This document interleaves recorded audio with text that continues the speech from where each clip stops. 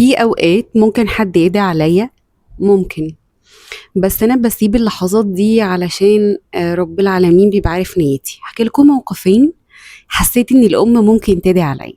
اول موقف، كان في طفله بتقدم عندي في المدرسه، في مدرسه ما، يعني الموقفين مش في المدرسه اللي انا بشتغل فيها حاليا.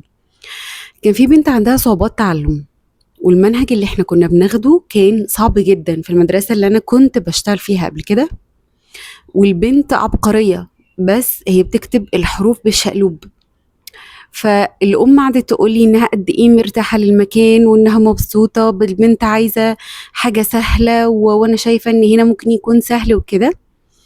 أنا ما قلت لها صراحة لأ، أو رفضتها صراحة، بس قعدت أقول لها استخيري، فكري، اسألي عن اسم المنهج، لأن في مناهج آه، مش معروفة بالنسبة لنا، بس هي فعلا بتبقى تقيلة قوي، وخصوصا على طفل أو طفلة عندها صعوبات تعلم. الأم أكيد فهمت رفضي أو فهمت إني عشان هي عندها صعوبات تعلم. والله لأ، أنا رفضتها عشان البنت هي، بس يمكن الواحد بيبقى شايف المواضيع من بره بس مش عارف ايه عمق الموضوع يعني.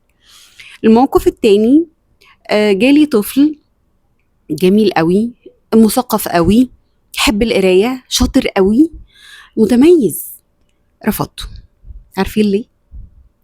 علشان الليفل اللي هو جاي بيه هيتظلم في وسط الليفل اللي عندي وقتها. فكان هيبقى فيه ظلم كبير قوي للولد، والله العظيم ده بيبقى نيتي، ودايما بيبقى نيتي لرفض الطلاب دول هو إنقاذهم، والله المستعان على ما تصفون. يعني ربنا عالم بنيتي، ولو الأم هتدعي عليا، لأني دايما بيتقال إن الرفض جاي مش أكاديمي، ده من الأخصائية النفسية. بس إن شاء الله ربنا هيوفقهم في مكان يتناسب مع الشخصيات دي. يعني حبيت احكي لكم المواقف لاني حسيت ان الام ممكن تدعي عليا، لان مشاعر الرفض اكيد صعبه قوي قوي، مؤلمه جدا، وربنا معاهم كلهم ومعانا. بس كده، سلام.